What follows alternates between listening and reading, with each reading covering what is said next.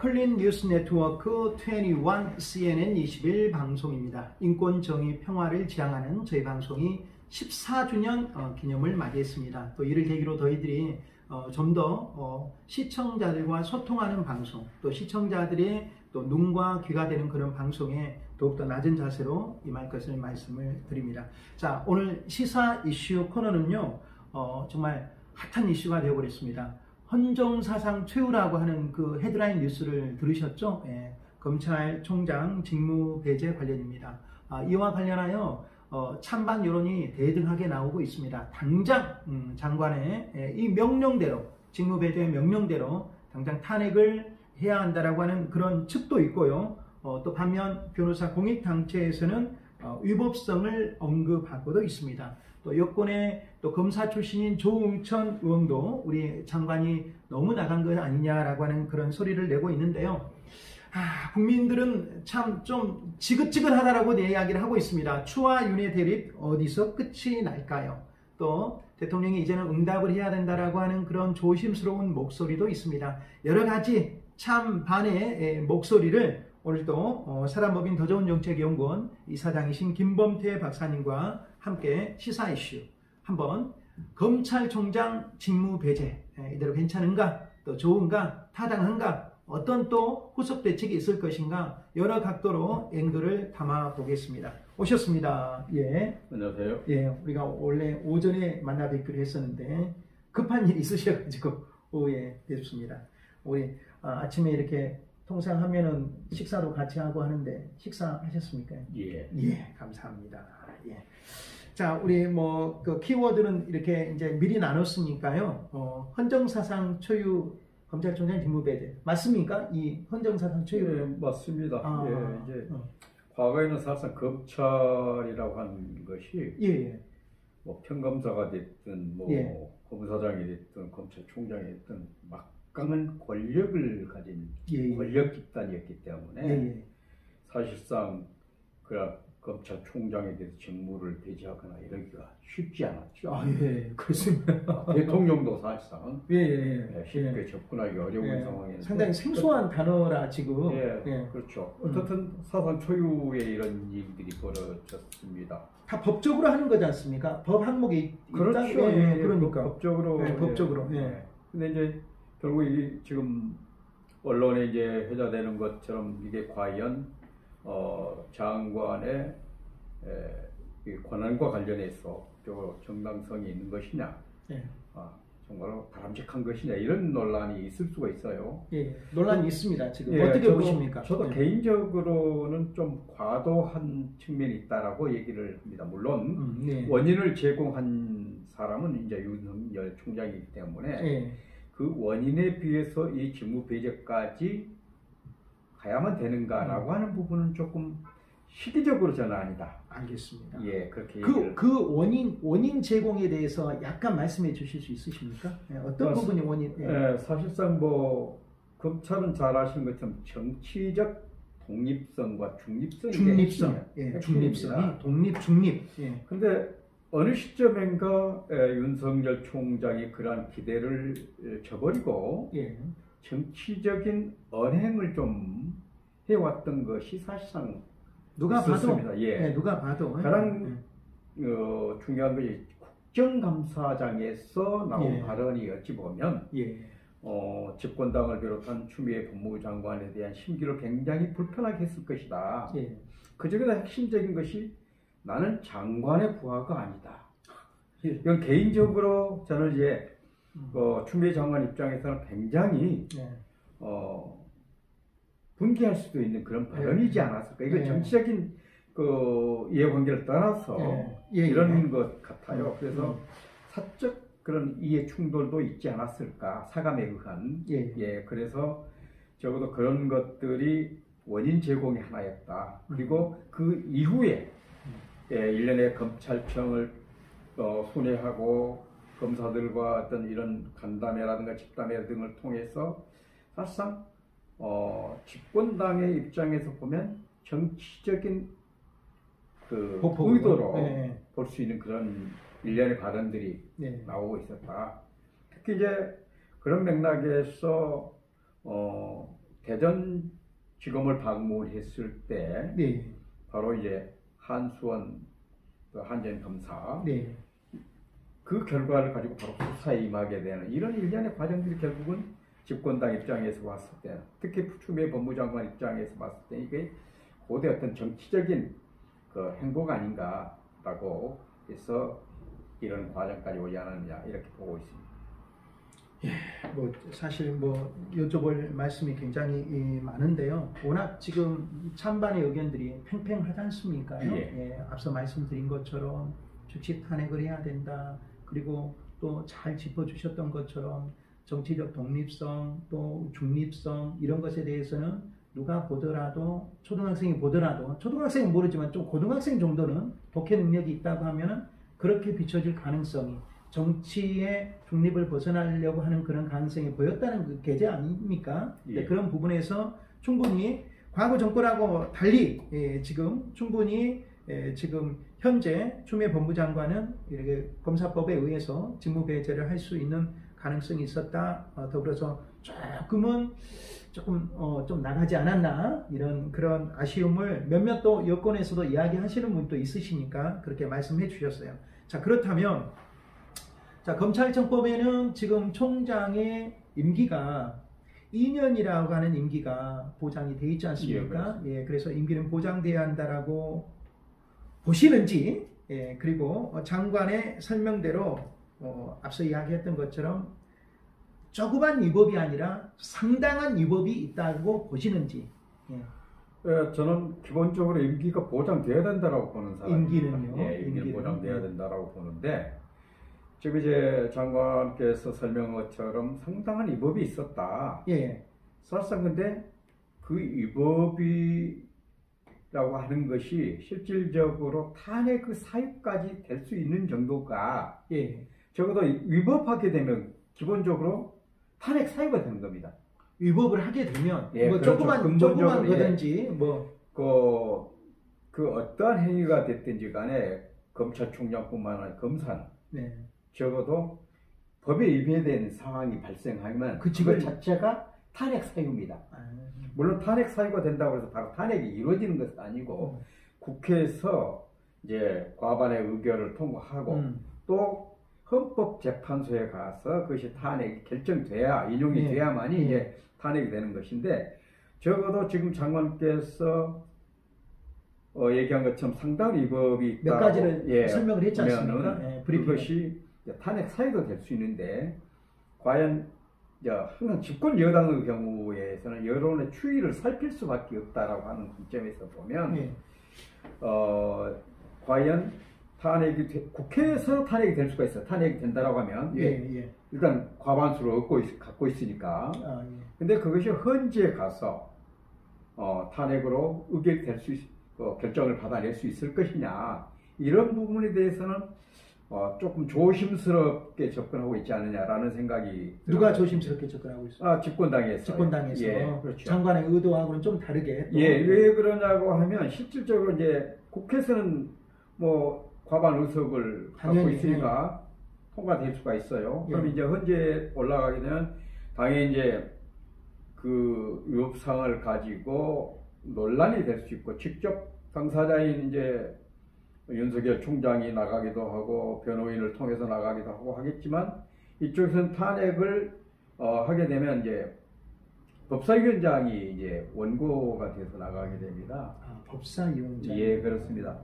그렇다고 하면 이제 그런 부담이 작용하게 되겠죠. 그래서 그런 부분 때문에 아마도 국회 내에서는 충분히 가능한데 여러 가지 각도를 보면 정치적인 각도로 앵글을 그래서 이제 헌재에서 그것이 탄핵으로 받아들여질 수 있을 것이냐 여기까지 알겠습니다. 보고 그래서 그 몇몇 분들은 지금 어떻게 본다라면 감찰을 하고 설명을 드리려고 하는데 윤석열 검찰총장이 이제 거부를 어느 정도는 메시지로 했지 않습니까? 참석하지 않고 그래서 그래도 소명을 들었어야 된다. 그런 다음에 직무 배제를 해야 되지 않을까? 이 절차에 대해서는 어떻게 생각하십니까?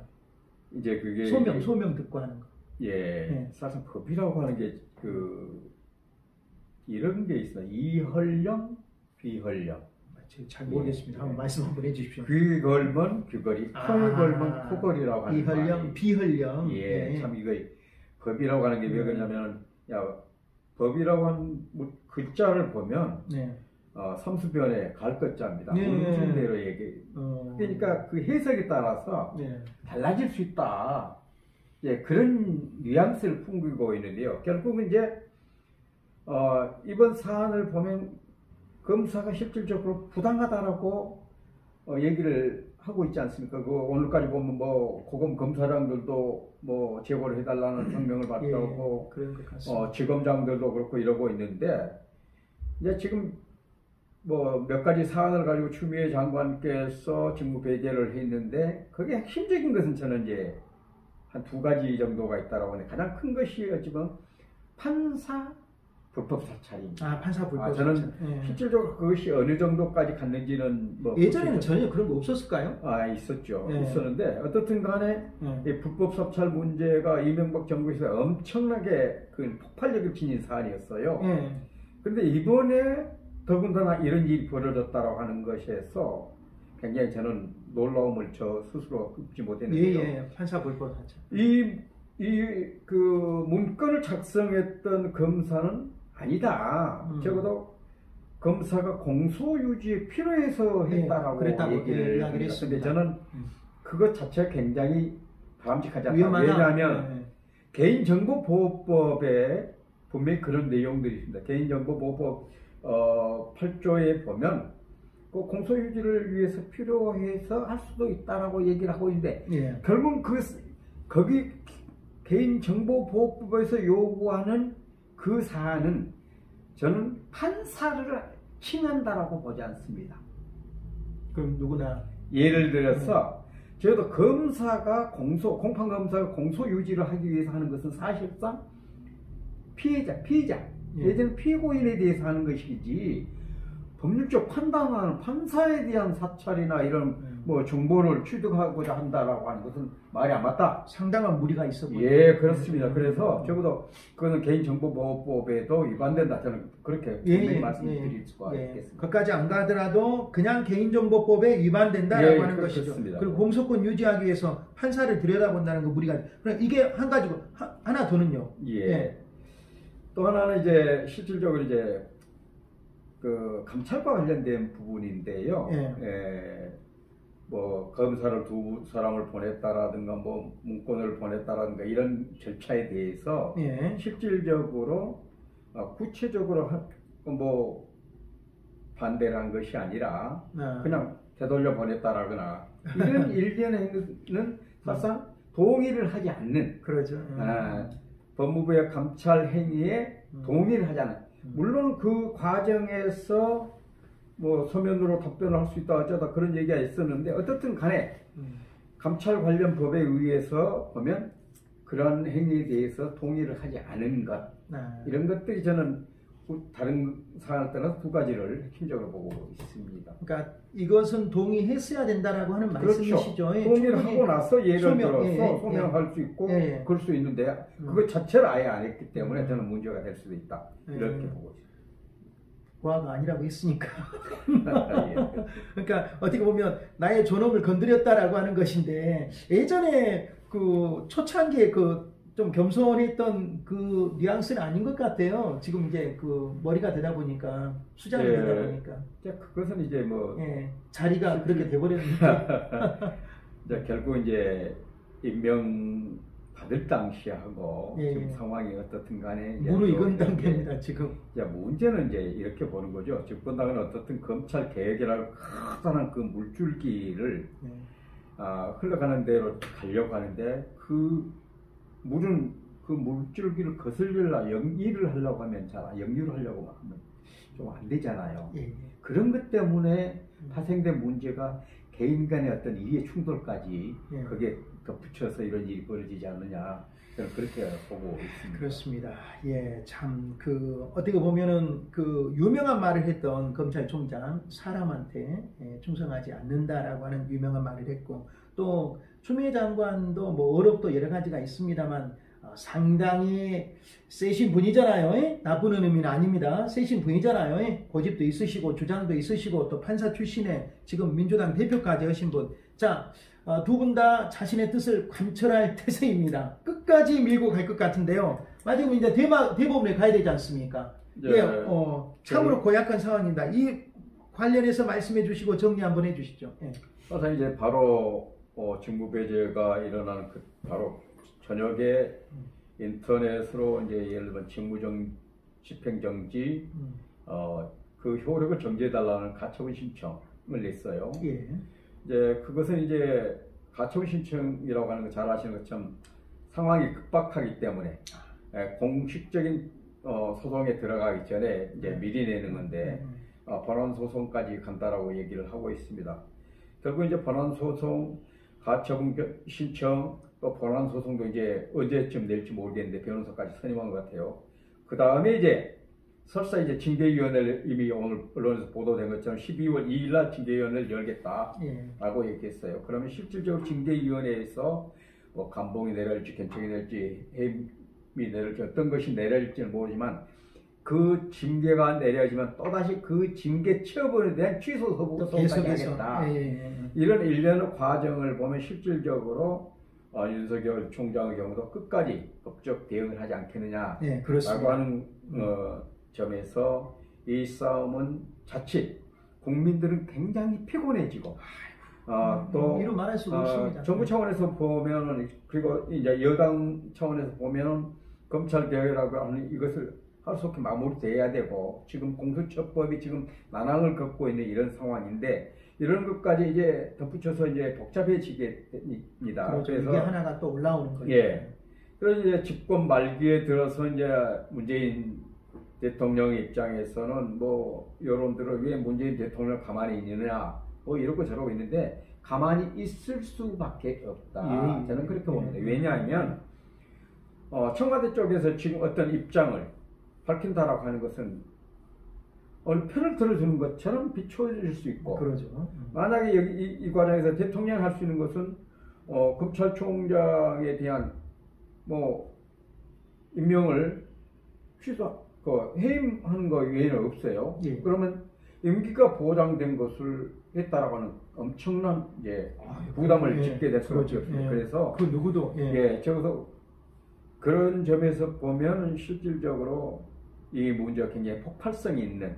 그래서 저는 아까 처음에 모두의 지금 시기가 아닌데 그랬다라고 하는 말씀을 드렸던 것이 바로 그런 부분입니다. 적어도 이분은 내년 7월 24일까지가 임기가 보장되어 있는 분이 있고 적어도 아까 말씀드렸던 것처럼 법에 저촉된 위배된 사항이 있으면 탄핵 사유가 되기도 하지만 그 카드를 쉽게 쓰기도 어려운 국면에서 청와대가 개입하기가 쉽지 않다. 결국은 그래서 이미 청와대에 추미애 장관이 보고를 했었지만 아무런 대답이 없었던 것도 그런 것을 반영하고 있지 않느냐.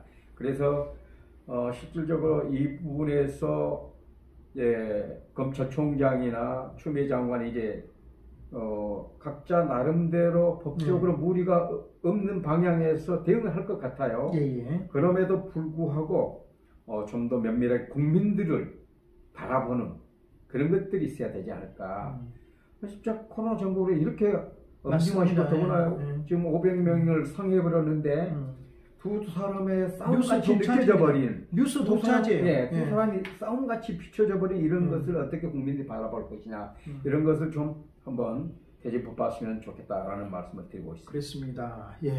참 오늘 말씀 너무 감사합니다. 헌정사상 초유의 검찰청장 직무배제 사단법인 도전정책연구원 우리 김범태 박사님과 함께 나눠봤는데요.